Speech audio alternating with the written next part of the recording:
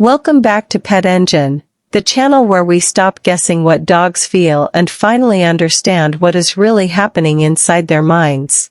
Before we start, I want you to picture something. Your dog is lying near the front door right now. Not barking. Not moving. Just waiting. Because to them, the moment you leave the house is not just a routine, it is an emotional event their brain has been preparing for long before you even grab your keys. And there is one mistake most loving dog owners make in the final 30 seconds before leaving that silently creates anxiety without them ever realizing it. Today, we are going deeper than basic dog advice.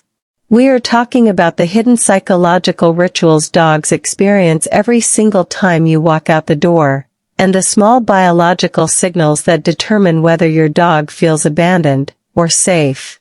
It always starts earlier than people think. Long before your shoes go on. Long before the door opens. Your dog already knows. They notice patterns humans never even realize they repeat. The sound of your bedroom drawer opening. The way you move faster when you are getting ready for work. The exact jacket you wear before leaving. Your dog's brain is constantly building predictions from these tiny details. Scientists call this anticipatory conditioning. But to your dog, it feels much simpler. Something is changing. And they are trying to figure out if they are about to lose access to the person that makes the world feel safe. And here is the heartbreaking part. Most owners respond with emotion instead of stability. The moment guilt appears, people suddenly become extra affectionate. They kneel down. They hug their dog tightly. They repeat emotional phrases like "I'll miss you," or "be good, okay," in a soft, sad voice. Humans think this communicates love. But dogs do not understand the future tense. They do not understand promises. They understand energy, tone, tension, breathing. And when your voice suddenly becomes emotional right before disappearing for hours, your dog's nervous system reads that moment as a warning. Something important is happening. Something uncertain. Something worth worrying about. This is why some dogs begin pacing before their owner even leaves the house. Their stress response already started. Cortisol levels begin rising before the door even closes. And once you are gone, the house becomes psychologically different. To humans, silence feels peaceful. To dogs, silence can feel unnatural. Their social group disappeared. Their environmental anchor vanished. And now their nervous system has one job: wait for the safe person to come back. But here is what changes everything. Dogs do not need dramatic goodbyes. They need emotional predictability. In nature, stable pack members do not create chaos every time they leave temporarily. They move calmly, quietly, without emotional explosions. The safest dogs are usually the ones whose owners unintentionally make departures boring. Because calmness is contagious to dogs. A calm nervous system tells another nervous system, nothing dangerous is happening. And there is something else most people never notice. Your scent becomes your dog's emotional map after you leave. Dogs experience the world primarily through smell, not sight. When your scent is strongest in the house, your dog feels psychologically closer to you. But as time passes, that scent weakens. And for some dogs, especially highly bonded dogs, that fading scent creates emotional stress. It is not just that you are gone. It is that the evidence of you slowly disappears from the environment. That is why some dogs sleep directly on their owner's clothes after they leave. Not because the clothes are soft, because the scent is emotionally regulating.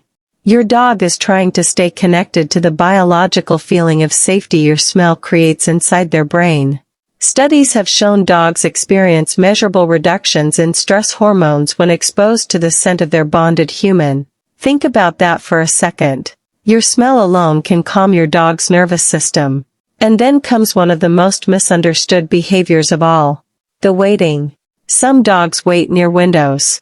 Some wait near doors. Some move room to room in silence. People assume the dog is simply being loyal.